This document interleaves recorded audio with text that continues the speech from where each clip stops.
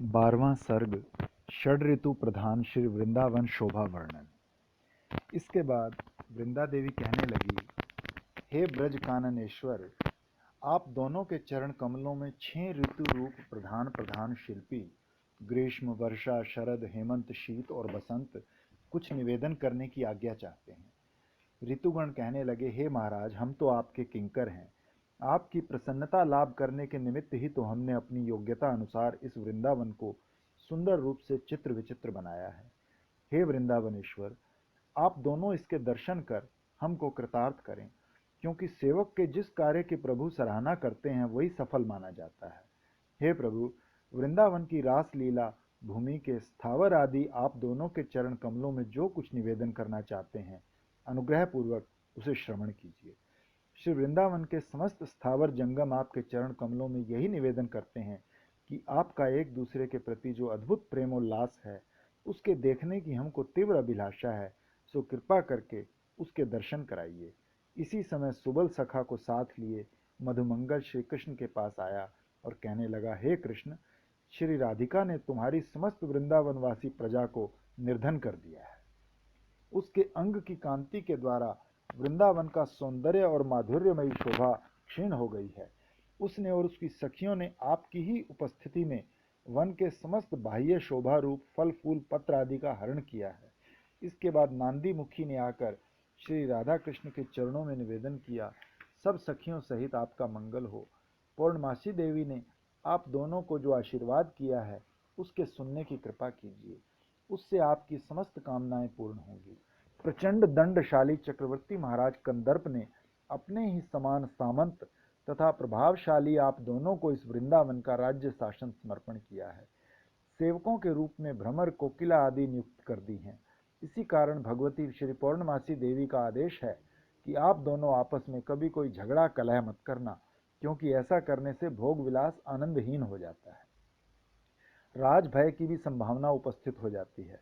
बस यही आशीर्वाद करती हैं कि आप दोनों का परस्पर प्रेम वृद्धि को प्राप्त हो। तब नांदी मुखी ने आगे कहा कि भगवती श्री पौर्णमासी ने मुझसे स्पष्ट रूप में कह दिया है कि जब कभी भी श्री राधा कृष्ण में कोई विवाद खड़ा हो, तब तुम वृंदा देवी से परामर्श करके मुझको सूचना देना कि प्रथम अपराध किसका है। नांदी मुखी द्वारा पौर्णमासी जी का आदेश श्रवण कर श्री कृष्ण उससे कहने लगे, तुम तो इस श्री राधा के विषय में सब कुछ जानती हो, भला मेरा इसका मिलन किस भांति संभव हो सकता है। वो बहुत ही शठ स्वभाव की है, अपनी सब सखियों को साथ लेकर इस वृंदावन को निर्धन बना रही है। इसकी धृष्टता तो देखो, हमारी वंशी तक इसने चुरा ली है।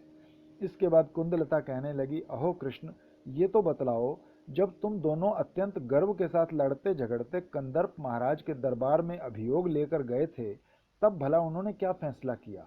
सच सच बतलाना, झूठ मत बोलना। इस पर श्री कृष्ण ने कहा, कंदर्प महाराज के पास ले जाकर मैंने उनसे कहा था कि ये राधिका चोरनी है, इसने समस्त वन को लूटा है, इसलिए इसका दंड विधान हो, और इससे जो दंड दान प्राप्त हो वो हमारा धन हमको मिलना चाहिए। तब कंदर्प महाराज के प्रश्न करने पर श्री राधिका ने उत्तर में कहा था कि फल फूल आदि के लोभी ये गोपगण असंख्य गौएं चरा चरा कर इस वन को उजाड़ रहे हैं। हम सब लोग तो अपनी कांति द्वारा इसकी रक्षा किए हुए हैं, नहीं तो अब तक कभी का नाश हो गया होता। किंतु श्री राधा का इस प्रकार मिथ्या वाक्य सुनकर भी कंदर्प महाराज उसी का पक्ष लेने लगे। ये मैंने भली प्रकार अपनी आंखों से देख लिया। उसका दोष सिद्ध होते हुए भी उन्होंने कुछ निर्णय नहीं किया। अब इसका विचार मैं आप लोगों के ऊपर छोड़ता हूँ। इस पर कुंदलता ने प्रश्न किया, अरे कृष्ण, ये तो बतलाओ कि जब कंदर्प महाराज श्री राधा का पक्ष ले रहे थे, तब उन्होंने उसका युवावस्था रूप रत्न का दंड विधान कैसे किया? राजा का संकेत पाकर मैंने भी उससे रास्ते में अपना धन मांगा।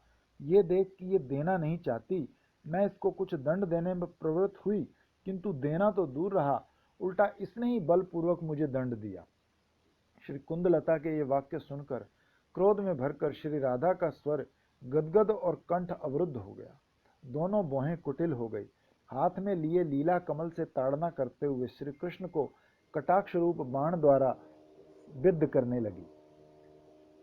इससे श्री कृष्ण को अत्यंत आनंद लाभ हुआ।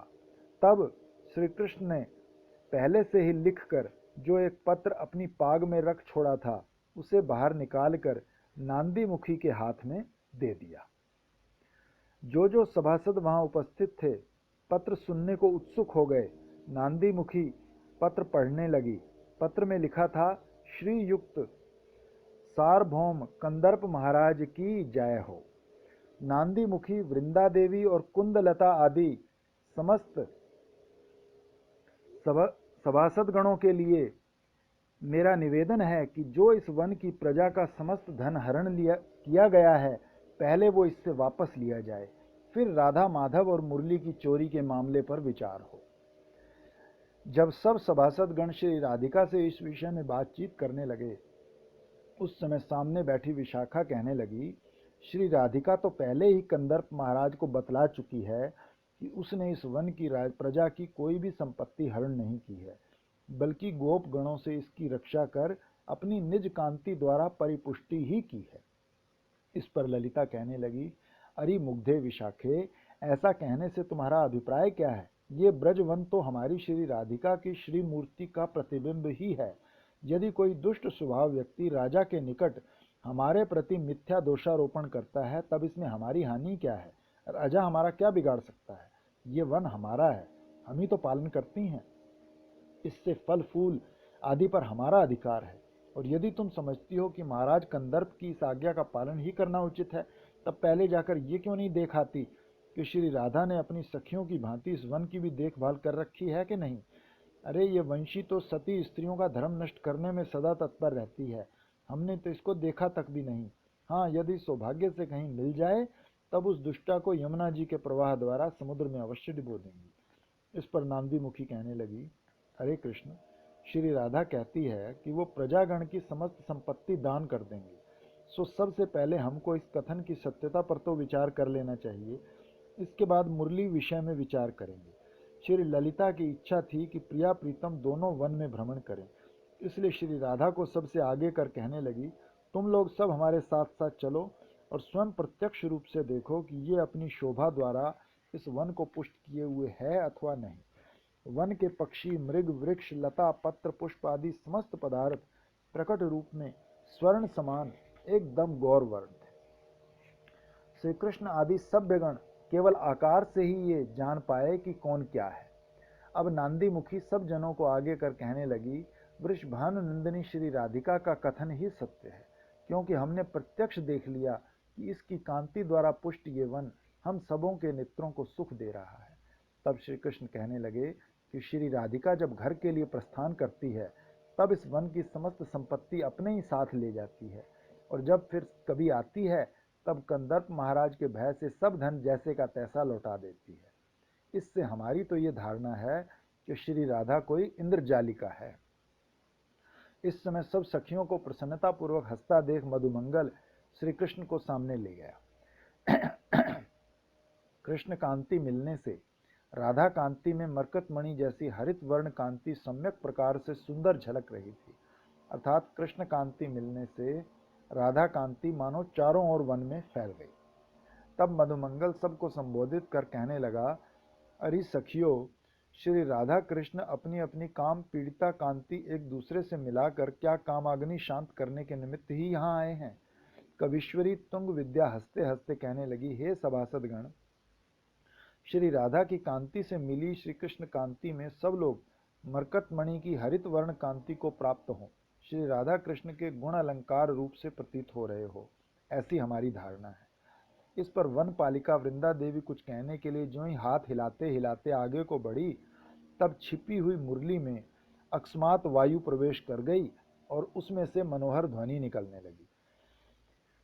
मुरली ध्वनि सुनकर सब सखियां चकित हो गई और कुंदलता ने शीघ्रता से उससे वंशी छीन ली और ये कहती हुई कि देखो वृंदा ही चोरनी है, और उसका हाथ पकड़कर श्री कृष्ण के समीप ले गई। ये देखकर श्री राधा कहने लगी, सखी कुंदलते, तुम्हारे देवर मेरी सखी वृंदा के हाथ में अपनी मुरली देकर हम लोगों को वृथा कष्ट देते हैं। यदि तुमको इस पर विश्वास ना हो तब उससे पूछो कि वंशी उसके पास कहाँ से आई, और यदि वो सत्य को छिपाने का प्रयत्न करती है तब अवश्य उसको दंड मिलना चाहिए। वृंदा कहने लगी, कोई एक वानरी शैव्या के हाथ से बलपूर्वक वंशी छीन कर नांदी मुखे के सामने ही मेरे हाथ में दे गई। इसके बाद कुंदलता ने श्री कृष्ण को वंशी दे दी। अधिक समय के बाद खोई हुई मुरली को प्राप्त करके उनको अत्यंत हर्ष हुआ और बजाने लगे। उस मुरली की ध्वनि ने तीनों लोकों की समस्त अबलाओं के मन रूप बांसों को काम पीड़ा रूप घुन से जीर्ण शीर्ण कर दिया और वन के समस्त चराचर विपरीत आचरण करने लगे। उस समय तीनों भुवन अमृतमय उल्लास से भरपूर हो गए। मुरली ध्वनि सुनने से अत्यंत धैर्यशालिनी रमणियों का हृदय भी काम रूप बाण द्वारा दूर से ही विद्ध हो गया। पुरुष भी प्रचंड काम पीड़ा से व्यग्र हो जाएं, इसमें आश्चर्य की क्या है। श्री कृष्ण तो साक्षात कंदर्प स्वरूप हैं, उनकी मुरली ऐसी क्यों ना हो।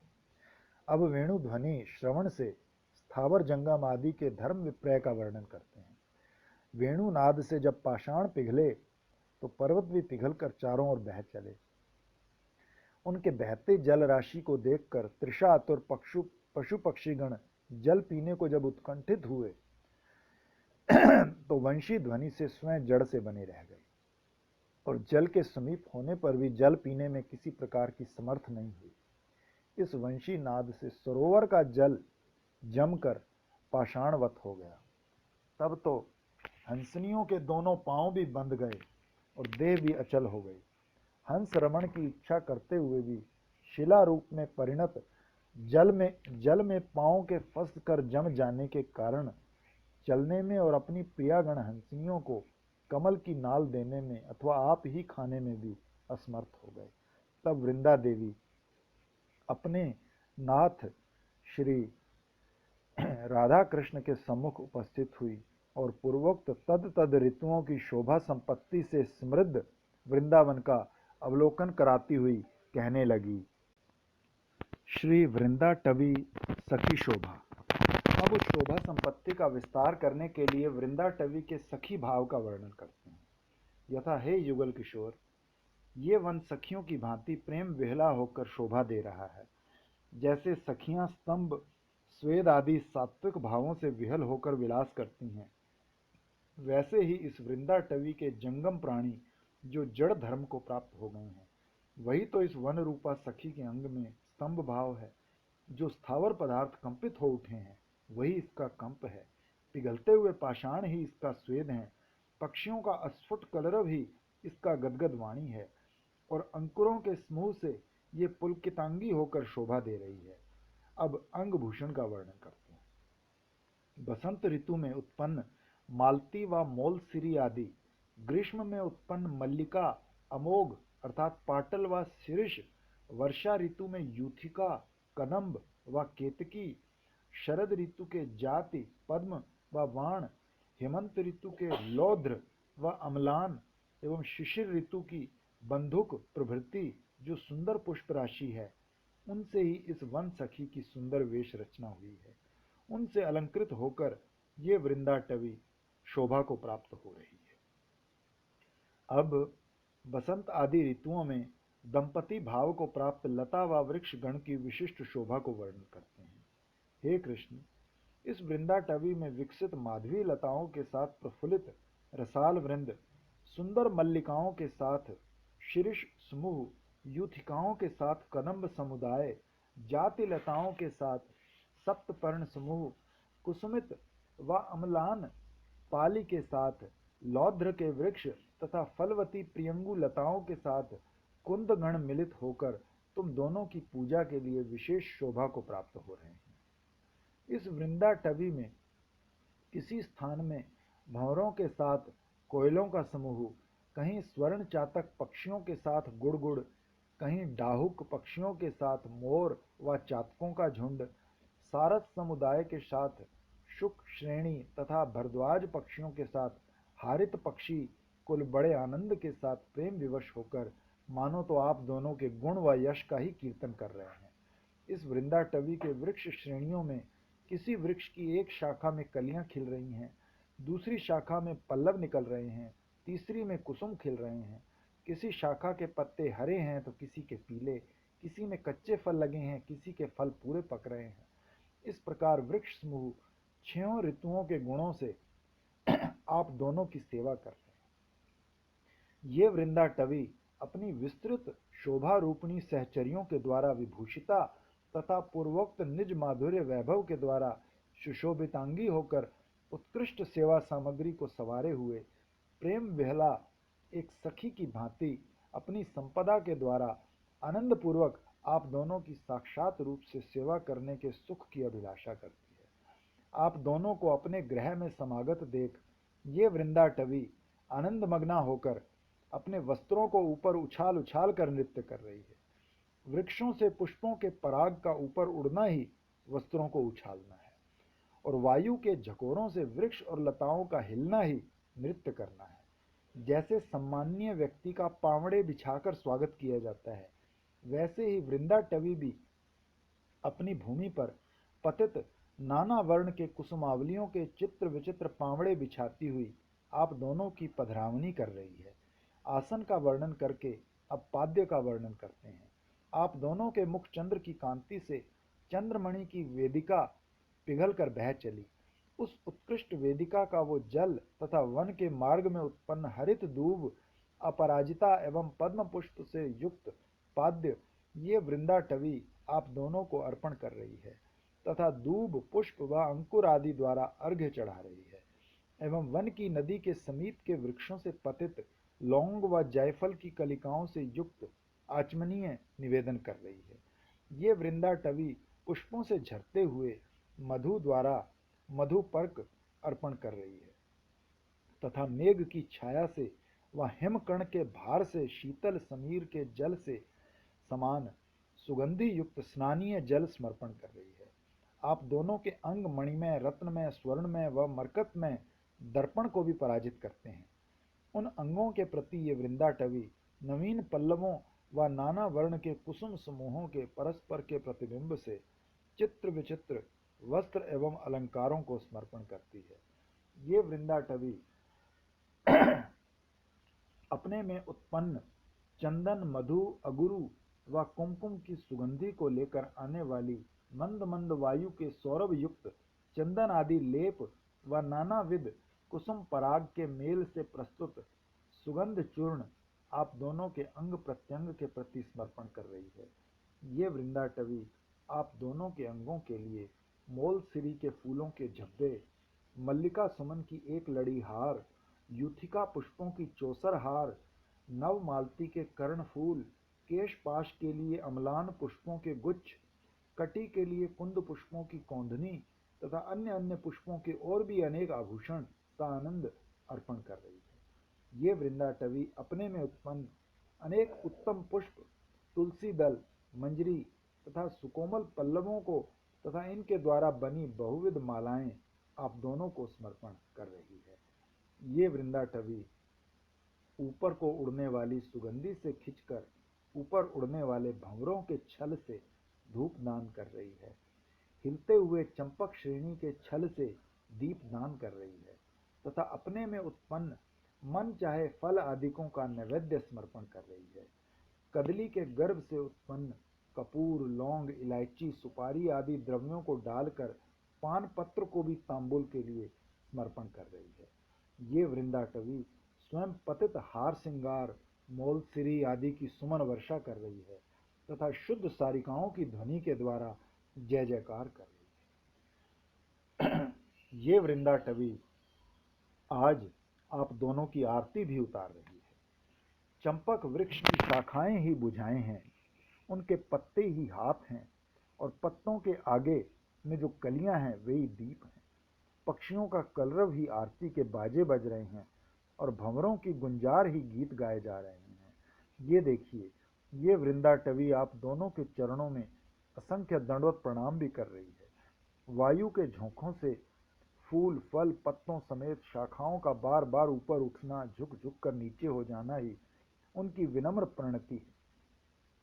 ये वृंदाटवी पक्षियों की ध्वनि से स्तुति कर रही है, भंवरों की गुंजार में बाजे बजा रही है, कोकिलों के पंचम स्वर में गा रही है, शुक सारिका आदि के आलाप में आप दोनों की कथा का वर्णन कर रही है और मोर मोरनियों की नृत्यकारी के द्वारा आप दोनों के सम्मुख नृत्य प्रस्तुत कर रही है।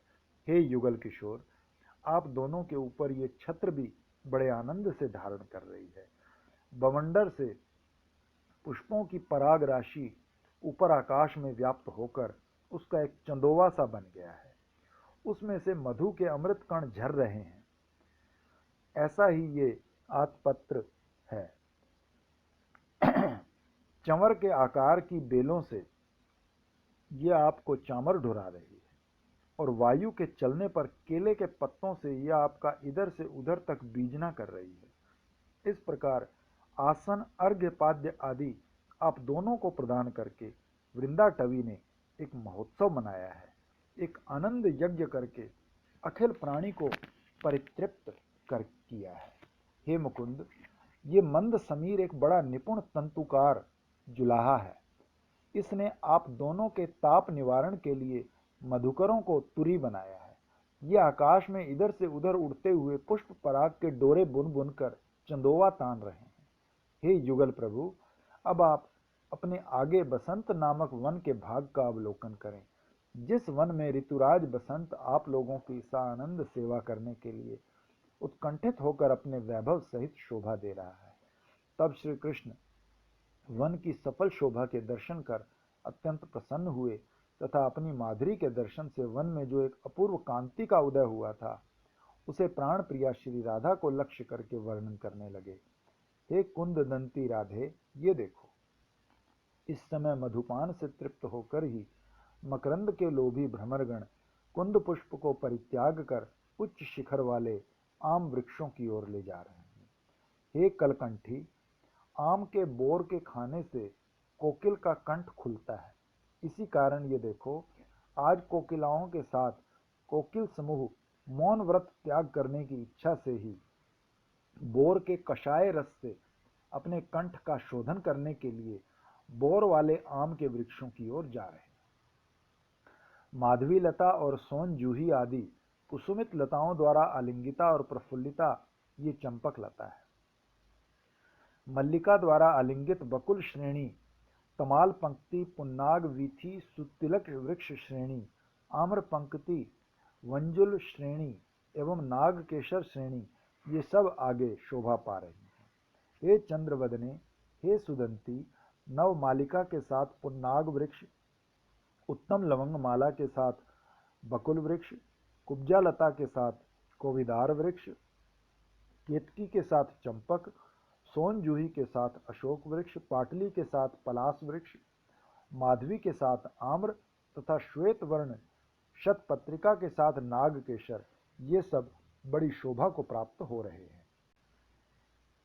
ये वन अति मुक्त अर्थात पुंड्रक वृक्षों द्वारा पूर्ण है। अतएव रथ बनाने वाले बढ़ई इसका सेवन करते हैं। ये वन अति मुक्त अर्थात माधवी लता करके युक्त है। अतः मालाकार माली इसका सेवन करते हैं तथा ये वन अति मुक्त अर्थात नित्य मुक्त सिद्धों से भी युक्त है। अतः मोक्षाकांक्षी व्यक्ति भी इसका आश्रय ग्रहण करते हैं।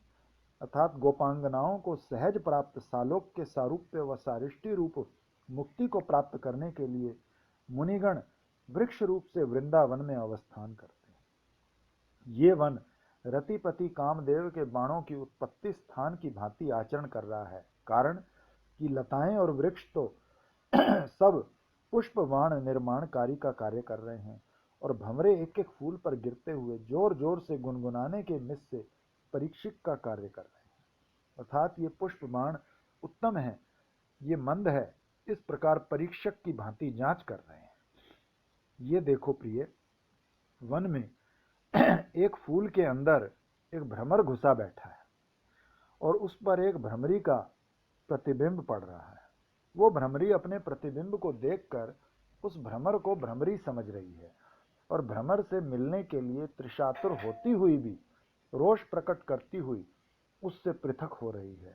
प्रिय कमलमुखी, हम लोगों को वन में आए हुए देखकर कदली के वृक्ष हर्षित होकर अपने नवीन फल रूपी दंतावली को प्रकाशित कर रहे हैं, जिनके ऊपर के वल्कल दंतछद अर्थात ओष्ठाधर की भांति प्रतीत हो रहे हैं और जिन्होंने मधु रूपी संकोच के भार से मुख नीचे कर लिया है और जो वाष्प रूपी कंप से कांप रहे हैं।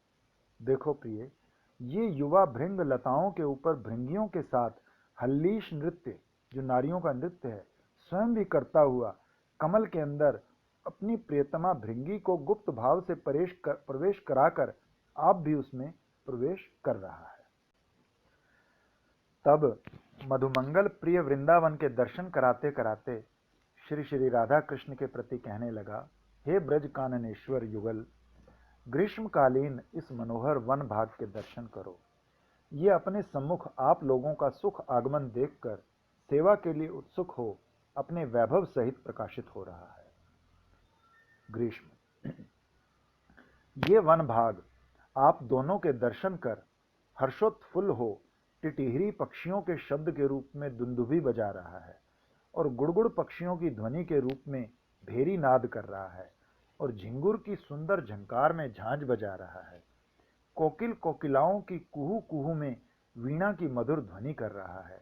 नील पक्षी की बोली में डमरू की डिम डिम ध्वनि कर रहा है और सारिकाओं मैनाओं की शब्दों में स्तुति करते हुए, भंवराओं के गुंजार में गीत गाते हुए चंचल लताओं और वृक्षों के द्वारा नृत्य का विस्तार कर रहा है।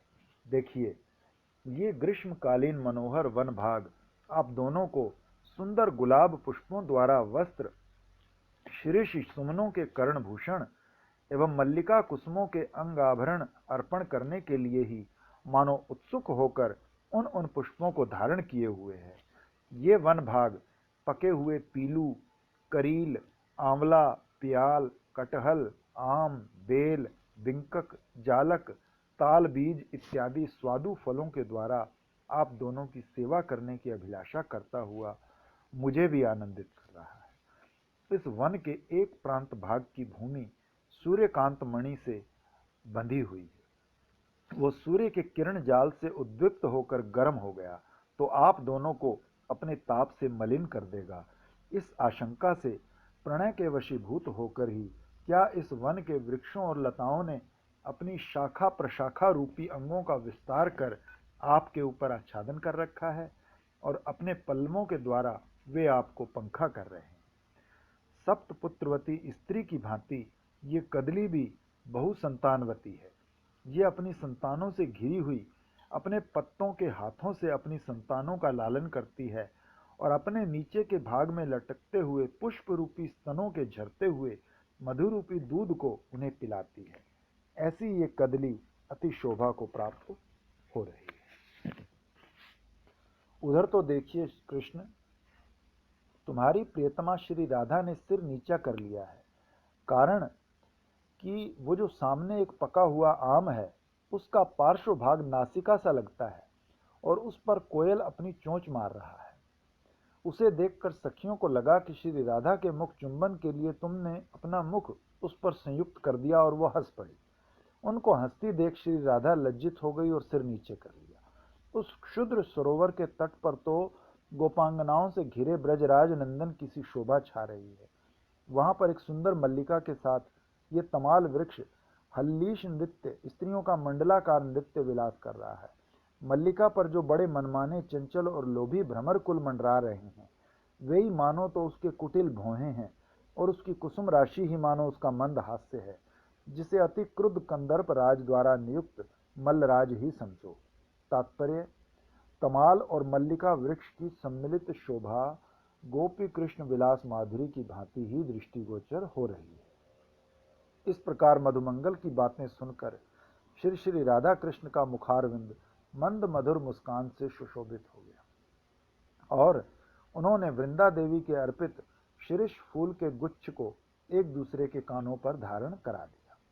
तब श्री कृष्ण ने श्री राधा के मुख पर छूटे हुए छोटी छोटी अलक जाल को पुष्पों के पराग से रंजित किया और श्री राधा ने भी अपनी भुजा ऊपर उठाकर श्री कृष्ण की मोर चंद्रिका और अलकावली को पुष्पों के पराग से वैसे ही धूमिल कर दिया। श्री कृष्ण प्रियतमा के हृदय को स्पर्श करते हुए बोले, प्रिय, क्या ग्रीष्म के ताप से पीड़ित हुआ शीतलता गुण इधर उधर भागता हुआ तुम्हारे कुछ शैल रूपी दुर्ग का आश्रित हुआ है? हे प्रिय, तुम्हारे मुख चंद्र के उदय होने के कारण वृक्षों के चारों ओर बंधे हुए चंद्रकांत मणि के थामरों में से जल बहने लगा है। इसी से पक्षीगण अपनी अपनी कांताओं के साथ थामरे के शिरोभाग में विलास कर रहे हैं। तब सुबल ने कहा, हे श्री राधा कृष्ण, देखो वो सामने का वन भाग वर्षा ऋतु से मनोहर बना हुआ है। मोर आपको विद्युत और मेघ समझकर प्रेमोन्मत्त हो नृत्य कर रहे हैं। देखो, इस वन में गणिका अर्थात जूही, फूल लता गर्वीली होकर हंसती हुई सती मल्लिका रूप कुल रमणियों के अंकों में स्थित अत्यंत चंचल भ्रमरों को अपने सौरभ के द्वारा आकृष्ट कर रही है। इस भाग में ये वन बड़ी शोभा को प्राप्त हो रहा है। ये मधुकर मालाओं से मनोहर को बना हुआ है। वर्षाकालीन जल धारा से वृद्धि को प्राप्त हुआ है और सघन मेघ मालाओं से आवृत होने के कारण जूही कुसुमों से अलिकुल को यही एकत्रित कर रहा है।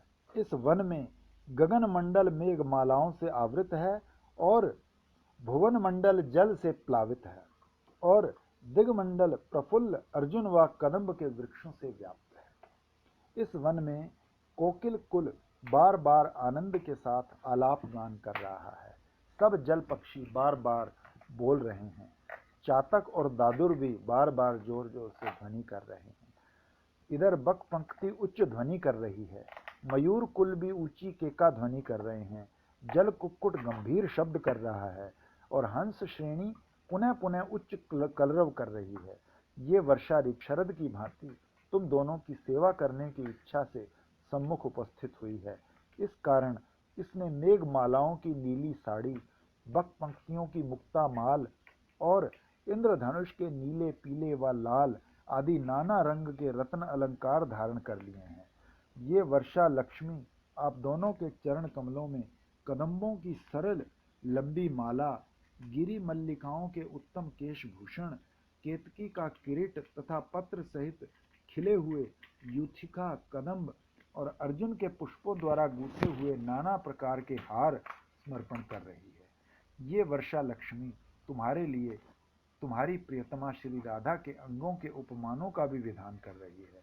अर्थात श्री राधा के अंगों की उपमा योग्य वस्तुएं भी वन में विद्यमान है। श्री राधा के कुमकुम कस्तूरी लिप्त स्तन युगल के सदृश पक्व ताल फल हैं, अलकावली के सदृश सुपक्व जंबू फल हैं और सुंदर उंगलियों के पर्व के समान सुपक्व खजूर फल है। श्री कृष्ण के अतिरिक्त कौन व्यक्ति सुंदर लीला में है और वृंदावन के अतिरिक्त किस स्थान में ही ऐसी लीला उत्पन्न हो सकती है? अर्थात कहीं नहीं। इसी विचार से एक जल कौवा कौवा कौवा कौवा कौवा अर्थात कौन कृष्ण जैसा व्यक्ति है और कहाँ वृंदावन जैसा स्थान है, अर्थात कोई नहीं कहीं नहीं, ऐसा पुकार रहा है। यहाँ के तो दादुर भी मेघ व वर्षा काल की निंदा कर रहे हैं।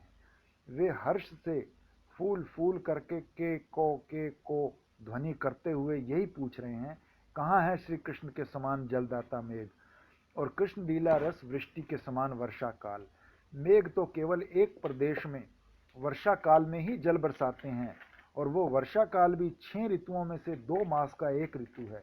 परंतु श्री कृष्ण तो अपनी लीला द्वारा गाढ़ अति गाढ़ दास्य, सख्य, वात्सल्य और श्रृंगार आदि रसों की झड़ी लगा लगा कर निरंतर वर्षा काल की ही सृष्टि किए हुए हैं। ऐसे रसदाता श्री कृष्ण के सम्मुख जलदाता मेघ भला क्या है?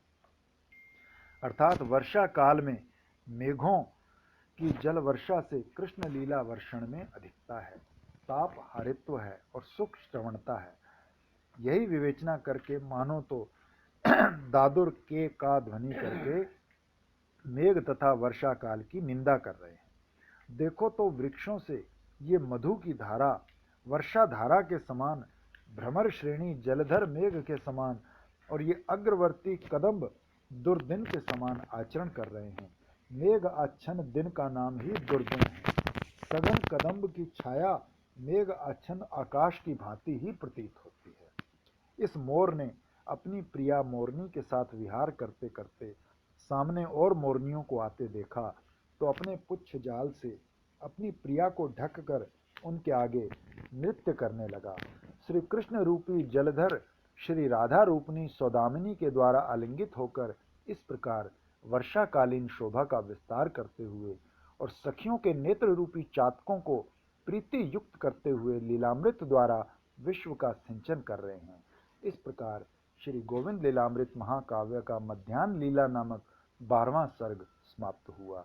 ये श्री गोविंद लीलामृत श्री कृष्ण चैतन्य महाप्रभु के पदारविंद के मधुर स्वरूप श्री रूप गोस्वामी जी की कृपा का फल है। श्री रघुनाथ दास गोस्वामी द्वारा प्रेरित है, श्रीमद जीव गोस्वामी के संग से उदय हुआ है तथा श्री रघुनाथ भट्ट गोस्वामी के वर के प्रभाव से प्रादुर्भूत